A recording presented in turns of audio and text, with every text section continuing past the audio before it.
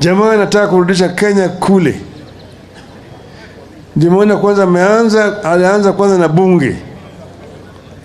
Bunge wameshika mateke sasa. Bunge haina nguvu. Imehasiwa. Bunge imefinya makende. Haina makende tena.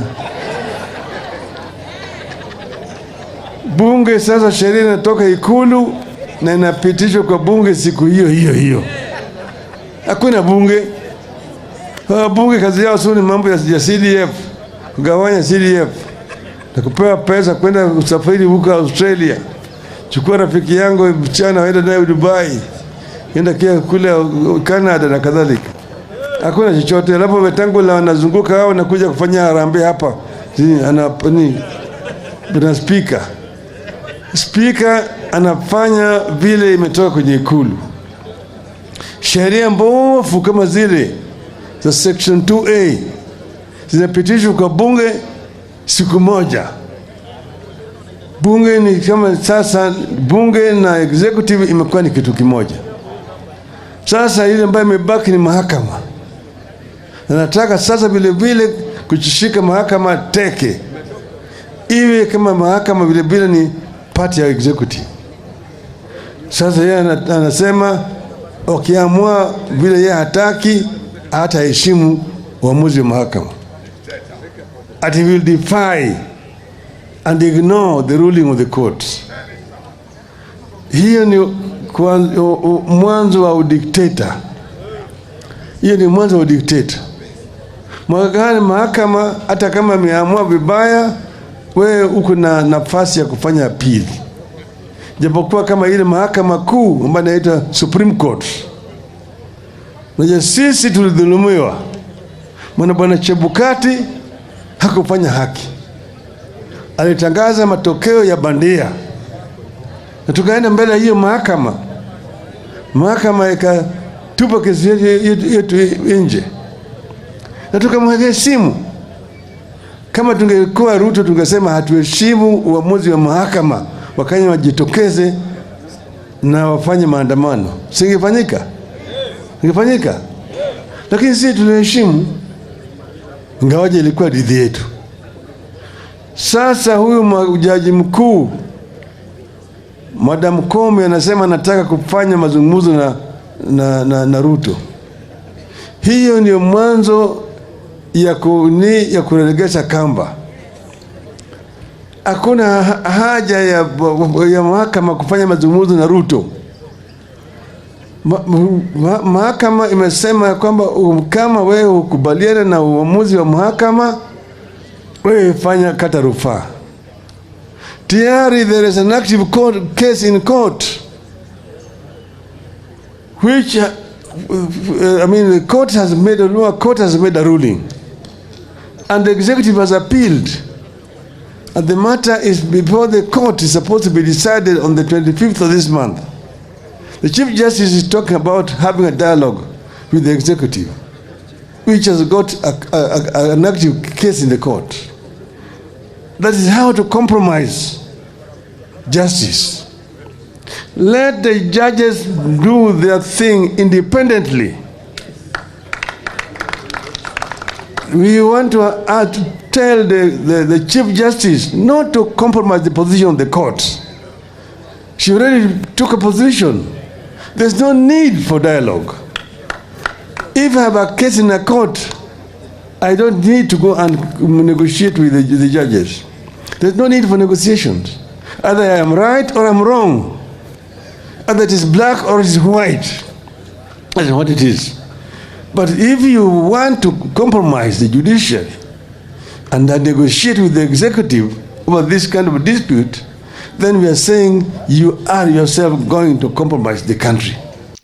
Yes, welcome my viewers and thank you so much for tuning in. My good name is Daniel ONSARE NYAGAKA, and of course kama auja subscribe, please consider subscribing, because this is where we discuss matters, politics matters, our country's well-being and many other things. And my good names, vile nimesema, is Daniel ONSARE NYAGAKA. So, what is trending in town? today Raila Amolo Odinga is in Vihiga County.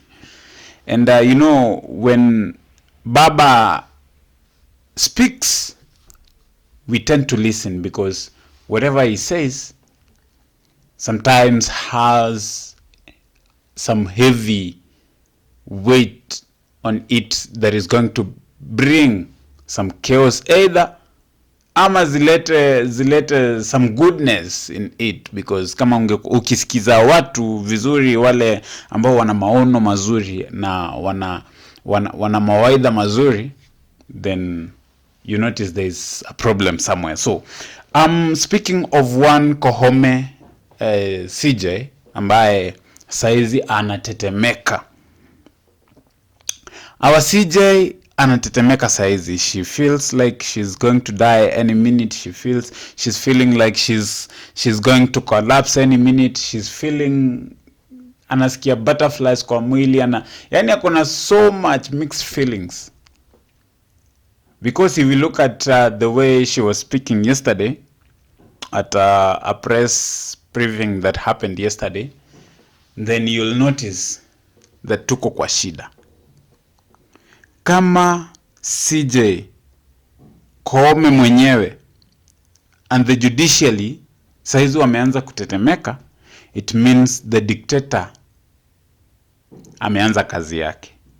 It means the dictator William Samoei Ruto wants to get rid of one or two things. It means William Samoei Ruto and his team, they are threatening the hierarchies of the judiciary. Now, I want us to go through what exactly has been happening through these few days. The past 2 weeks, actually earlier this year, vile mwaka ulianza, alianza mwaka ukienda kuishaisha. Now vile mwaka ulianza, the president has been insisting on matters the judiciary.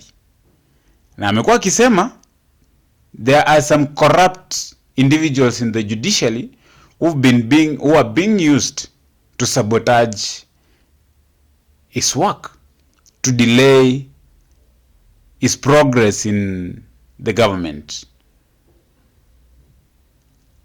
And when you look at it from an angle of a Kenyan who is sober, a Kenyan mwenye anajua that whatever is happening for the good of this nation, then you will know for sure that we don't have a government. Then you will know for sure that we don't have a president who has any good intention for this country.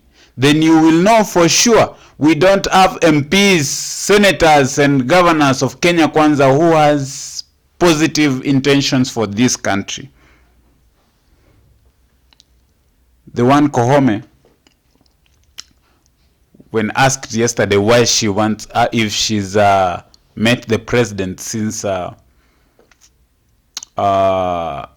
President anza kuwafanyia accusations, she said that we've written to the president requesting, asking to meet and have a talk.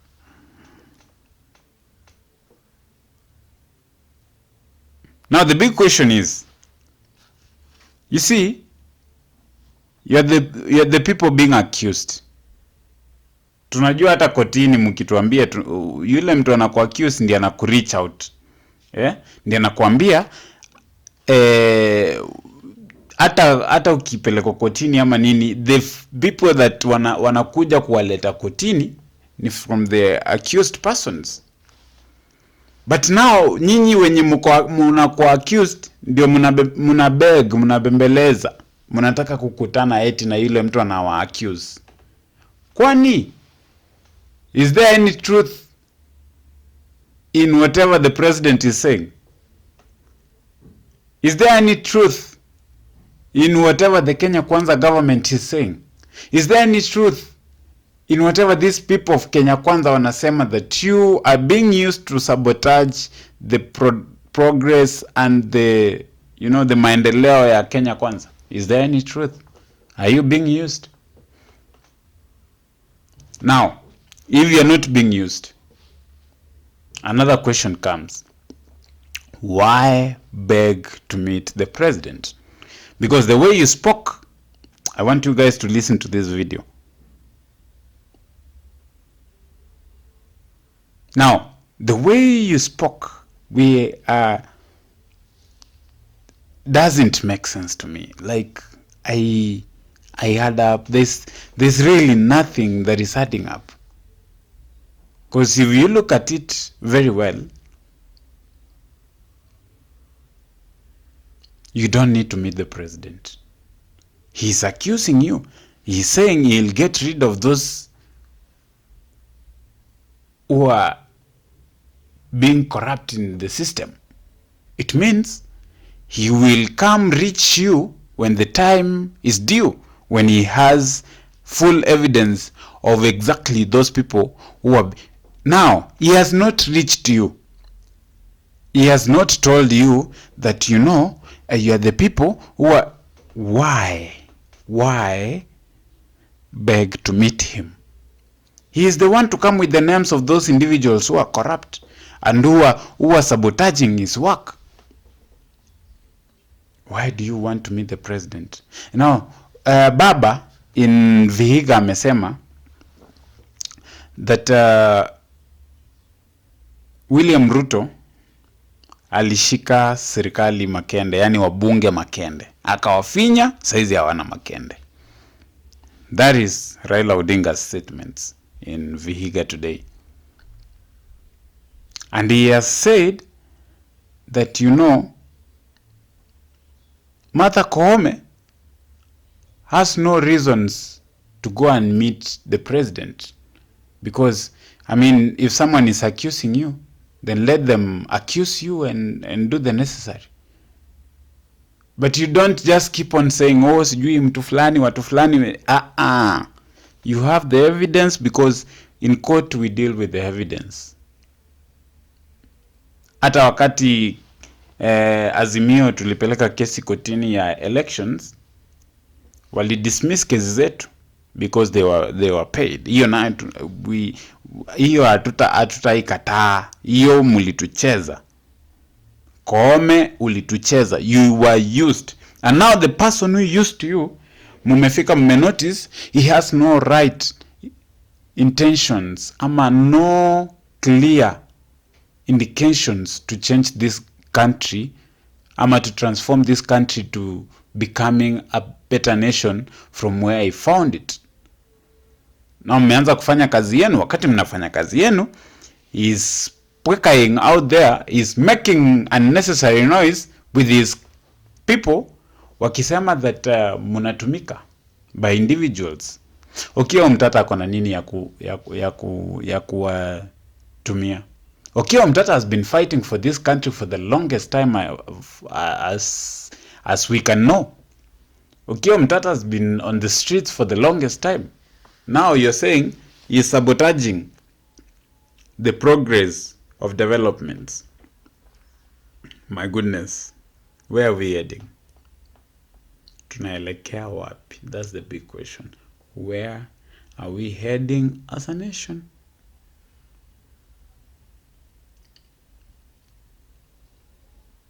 Okay, mulisema that Okiya Omtata is being used, or is using Nini kusabotage project zenu. Now the big question is, if you believe in your master, because I know that Koome vile walicheza ilikuwa tu sawa. Wao walisema tuko pamoja na wewe Mr. President nini. Then what has changed in this 1 year that the judiciary is now sabotaging your projects? Because you are the master. What has changed that this judiciary yenye ilikuingiza kwa uongozi umeshindwa kufanya kazi, saizi eti inakupiga vita? Ni vita yana gani hiyo? And why should they fight you? What have you not done so that they've seen huyu mtu this is not the right person for this game. Do you think you as a president, you're in the right direction to lead Kenyans to where they want to be? Do you think as a president, William Ruto, unaenda kusaidia wa Kenya? We saw the other day, timu yako ikitishia watu sana. Wanasema, we are going to get rid of this Nini, sijui nini, akina Shole, akina nani, akina... bwana, wacha vitisho, punguza hizi vitisho. Punguza vitisho. But anyway, all said and done, we are tired of this government. Personally, I'm tired of this government yenye inadanganya wa Kenya, yenye inaleta shida zenye ziko. We want to see reformation. We want to feel the people, tunataka kuona wa Kenya wakiwa happy. If Kenyans are not happy, some of us will never be happy. Thank you so much for watching this video. Until next time, my good name is Daniel ONSARE NYAGAKA. Na niko na wawekea namba hapo hivyo chini kwa kwa comment section. Watu ukisikia kuchangamka ama kutuma hata chai hivi, hatutakataa kuikunywa. Thank you so much, hadi wakati mwingine.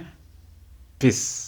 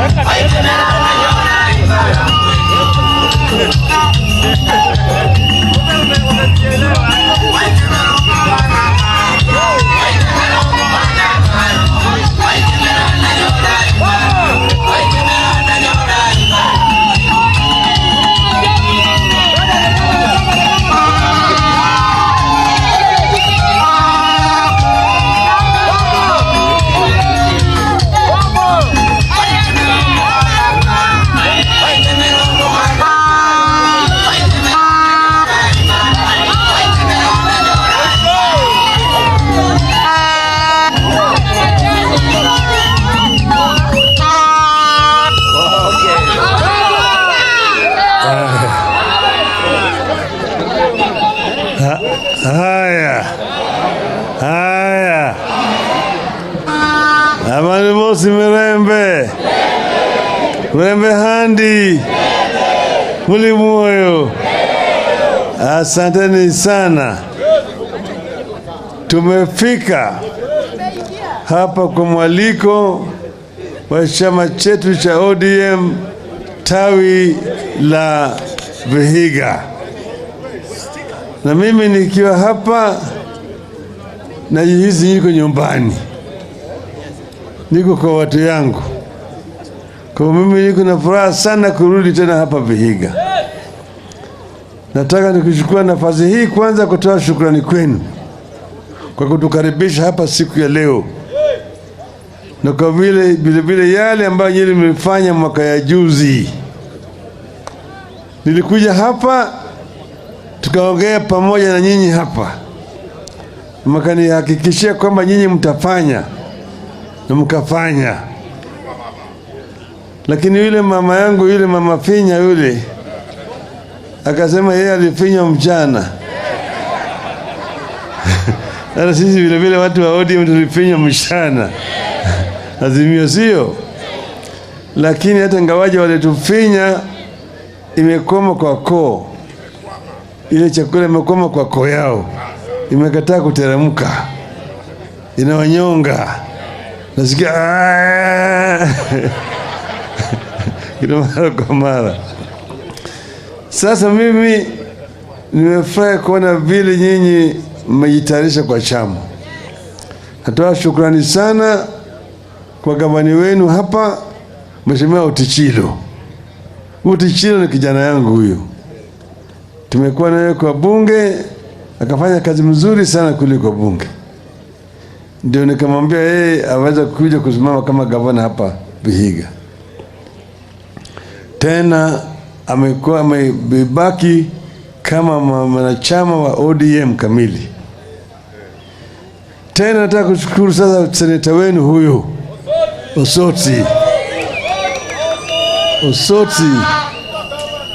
Osoti alikuwa kule kwa ANC, wakamdhulumu yeye. Nikamwambia wewe wachana na hii mambo ya ANC, ingia kwa chungwa. Si ameingia kwa chungwa? Si amefanya vizuri? Si ndio? Sasa yeye yako hapa anafanya kama senator na anafanya kazi nzuri. Wanasema nyota nzuri inaonekana alfajiri, sio? Ndio. Sasa mimi naona hata Alada vile vile anajaribu hapo.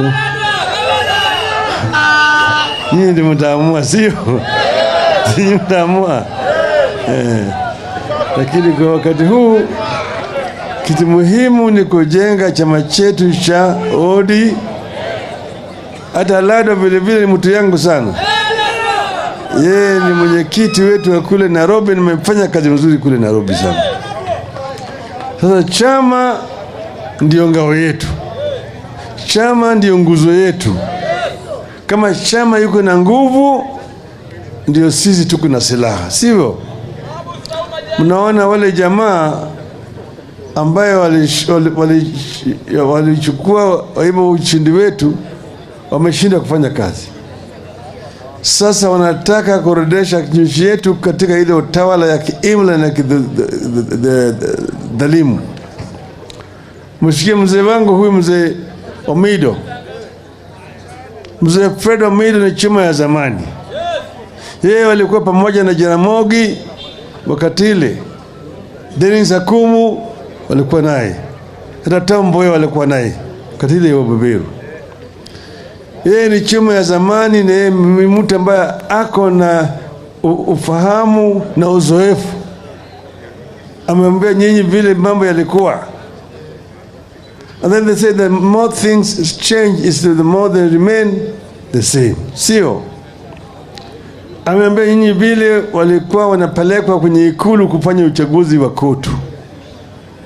Na wakifanya uchaguzi wanaambiwa hamjafanya vizuri. Hawa jamaa tusipojihadhari na kujikinga, tunaweza kurudi katika utawala kama ile ambayo ya zamani. Jamaa anataka kurudisha Kenya kule. Ndio maana kwanza alianza kwanza na bunge. Bunge wameshika mateke sasa. Bunge haina nguvu. Imehasiwa. Bunge imefinya makende. Haina makende tena. Bunge sasa sheria inatoka ikulu na inapitishwa kwa bunge siku hiyo. Hakuna bunge. Bunge kazi yao sio ni mambo ya CDF, kugawanya CDF na kupewa pesa kwenda usafiri huko Australia. Chukua rafiki yangu mchana waenda naye Dubai, enda kia kule Canada na kadhalika. Hakuna chochote. Alafu Wetangula wanazunguka hao na kuja kufanya harambee hapa. Bwana Speaker anafanya vile imetoka kwenye ikulu. Sheria mbovu kama zile za section 2A zinapitishwa kwa bunge siku moja. Bunge ni kama sasa, bunge na executive imekuwa ni kitu kimoja. Sasa ile ambayo imebaki ni mahakama. Na nataka sasa vile vile kuchishika mahakama teke. Iwe kama mahakama vile vile ni part ya executive. Sasa yeye anasema ukiamua vile yeye hataki, hata heshimu uamuzi wa mahakama. And he will defy and ignore the ruling of the courts.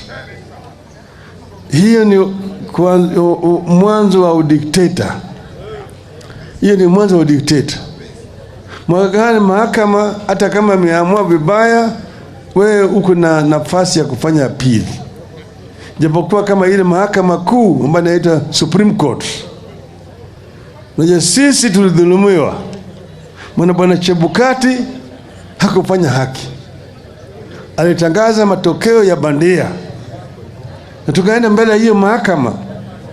Mahakama tupa kesi yetu nje na tukamwekea simu. Kama tungekuwa Ruto tungesema hatuheshimu uamuzi wa mahakama, Wakenya wajitokeze na wafanye maandamano, singefanyika? Ingefanyika. Lakini sisi tuliheshimu, ingawaje ilikuwa ridhi yetu. Sasa huyu jaji mkuu Madam Koome anasema anataka kufanya mazungumzo na Ruto.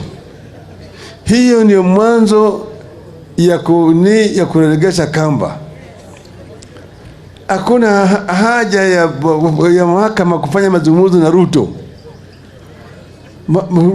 Mahakama imesema kwamba kama wewe ukubaliana na uamuzi wa mahakama, wewe fanya kata rufaa. Tayari there is an active case in court which the court has made a law, court has made a ruling, and the executive has appealed, and the matter is before the court. Is supposed to be decided on the 25th of this month. The Chief Justice is talking about having a dialogue with the executive, which has got an active case in the court. That is how to compromise justice. Let the judges do their thing independently. We want to tell the Chief Justice not to compromise the position of the court. She already took a position. There's no need for dialogue. If I have a case in a court, I don't need to go and negotiate with the judges. There's no need for negotiations. Either I am right or I'm wrong. Either it is black or it is white. That's what it is. But if you want to compromise the judiciary and negotiate with the executive over this kind of dispute, then we are saying you are yourself going to compromise the country. Kenyans must stand firm so that we protect these institutions that were created in this constitution. We have the executive, the judiciary, the legislature, and the independent commissions, as has been said, and let them remain independent and interdependent. This is a point I wanted to make today with regards to the judiciary. Lakini wacha nirudi kwa chama sasa. Nimesema chama ndio nguzo yetu. Kama chama yuko na nguvu, sisi tuko na nguvu. Chama ndio ngao, chama ndio mkuki, chama ndio uta, chama ndio mshali ya kushika hatamu ya utawala katika taifa letu. Kwa hivyo tunataka chama yetu iwe na nguvu kuanzia mashinani huko chini. Alafu vile vile sera yetu ihubiriwe kwa wananchi wetu. Sisi kama chama cha ODM tuko na sera sanifu. Sera ya ujamaa ya kidemokrasia. Kwa kimombo inaitwa social democracy. We are a social democratic movement which believes in fairness in terms of distribution of resources in the country. We're saying that we want to use the private sector for wealth creation, but we must also see that the wealth that is created is proportionately distributed among the population of the country. We are very strong in terms of protection of human rights. Tunasema kuna haki tano muhimu ya binadamu. Haki ya kwanza ni haki ya kuishi, the right to life. Haki ya pili ni haki ya kupata chakula, the right to food. Kila Mkenya mpaka awe na haki ya kupata chakula kama yeye yako ana njaa. Tatu, the right to health. Haki ya usalama ya afya. Right to health. Kila Mkenya kama yeye ni mgonjwa, ana pesa au hana pesa, aweze kupata matibabu ya kutosha. Nne, ni the right to education. Haki ya kupata elimu. Kila mtoto ambaye amezaliwa katika taifa letu wazazi wana pesa, hawana pesa, aweze kupata elimu sawasawa kuanzia nursery kupitia primary, secondary mpaka chuo kikuu. 5, right to work. Kila Mkenya ambaye amefika umri ya kufanya kazi aweze kupata ajira ili aweze kupata riziki ya kupata chakula ya kulisha watu yake, familia yake. Haya ni haki muhimu zaidi katika chama chetu cha ODM, a social democratic movement. Kwa hivyo hawa waandishi wa habari kila mara kwa mara wanasema ati vyama vya Kenya havina sera na kadhalika, sijui wanasoma wapi. Sisi ukiweza kusoma manifesto yetu, tuko na sera sanifu kama ODM. We have a clear ideology which is enshrined in our constitution. So we want to bring these changes. Hiyo ni sababu tulisema wakati tulikuwa tunafanya campaign, ati tukishika hatamu ya utawala, kwanza tutahakikisha kwamba Wakenya wote wana chakula ya kutosha. Na yule mtu ambaye hana chochote, yule maskini ambaye ni hoihae, hawinde, atapata nguruwe 6 kila mwezi.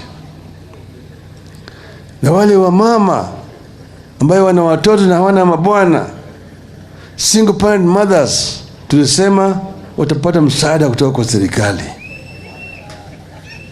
Kwa upande afya, tulisema tutaleta baba care. Baba care. Angalieni tofauti baba care na Ruto care. Siona kuna tofauti kubwa. Siona kuna tofauti kubwa, ni kama usiku na mchana. Yale yalikuwa ni porojo tu, ambayo alikuwa anasema ati tutaangalia ati mahasla, mama mboga, jua kali, boda boda. Yale yote yalikuwa ni maneno matupu tu, kama mazushi ya punda. Sasa sisi tunataka kuona kama tukishika hatamu tutaweza kutekeleza hayo yote. Kwa sababu tunataka watu wengi waingie ndani ya chama cha ODM. ODM ndio mkombozi katika taifa letu. Mko tayari? Mko tayari? Mama, mko tayari? Leo tunaanzisha hapa mambo ya recruitment ya members. Jana tulikuwa Busia. Mwezi wa Disemba tulikuwa huko Siaya, Homa Bay, Migori, Kisii, Nyamira, Kisumu. Kesho tutakuwa Bungoma. Tutatoka hapo, wiki ijayo tutaenda Lamu, tutakuwa Malindi, Kilifi, Tana River, Taita Taveta, Kwale, Mombasa. Baadaye tutaenda Garissa, Mandera, Wajir, kule Marsabit na kadhalika. Kenya mzima. ODM ni chama cha taifa ya Kenya yote. Leo tuko Ingo. Leo ni siku ya Ingo. Tunaanzisha leo hapa. Tunataka vijana waingie ndani ya chama. Vijana waingie ndani ya chama kwa wengi. Wale wazee ambao wamechoka hapo chini waende juu, waache nafasi kwa vijana hapo chini.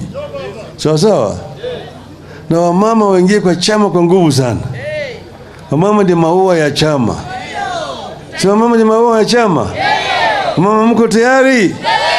Mko tayari? Nataka mama waingie kabisa ndani ya chama. Nilisema juzi na hata jana kwamba ODM chama ni kama mto. Mto, unajua maji ingine natoka kwa mlima huko, na ingine inaingia ziwani huko chini. Sasa maji mpya kila siku inatoka huko mlimani inakuja. Hiyo ni vijana hapo chini peke yake. Hapo katikati tuko na wamama. Pande nyingine tuko na wale veterans wa chama. Hapo tuko na wazee wa chama. Tuko vile vile na wasomi wa chama, sio? Chama inakuwa na nguvu. Sababu kama yuko na nguvu ndio taifa linakuwa na nguvu. Si sawa sawa? Mko tayari? Mko tayari? Viga, mko tayari? Viga hoi. Viga hoi. Sasa mimi nina furaha kuona vile wamesoma hapa. Wamesema Viga ni namba 12. Jana tulikuwa Busia. Busia ni number 1 Kenya mzima. Alafu inafuata na Homa Bay number 2. Kisumu number 3. Kilifi number 4 na kadhalika. Sasa hii mnashindwa na Kakamega. Mko namba 12. Na wale watu wa Busia wamesema watazidi kuwa number 1. Sawa? Na Homa Bay wanasema wanataka kushinda Busia. Sasa nataka kuona Vihiga itakuwa namba ngapi? Hapa Vihiga ndio nani alitoka hapa? Bwana Oyangi Mbaja. Sasa alitoka hapa. Nafika Jaramogi kamili kabisa. Jo Kadenge. Kadenge alitoka hapa. Sikuja kuzika Kadenge ni hii. Hao ni watu ambao wamekuwa na mimi karibu sana. Kadenge na mpira. Kadenge naye na mpira. Ana mpira Kadenge. Kadenge na mpira. Hatari. Hatari katika goli. Hatari. Hatari, hatari, hatari. Gol. Sasa mimi nataka kutoa zawadi kwa wale branches. Namba 3 niliambiwa ilikuwa ni Vihiga. Wapi Vihiga hapa? Chairman of Vihiga, chairman ya Muhaya na chairman ya Luanda. Waje hapa mbele.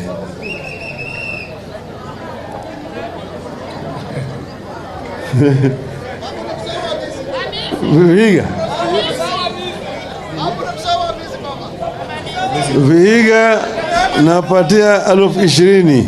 Oh. Thank you. Asante baba. Asante.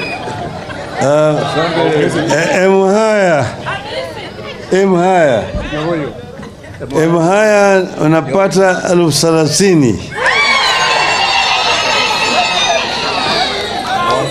Luanda. Asante baba. Wapi Luanda? Ndiko hapa. Luanda unapata 50,000.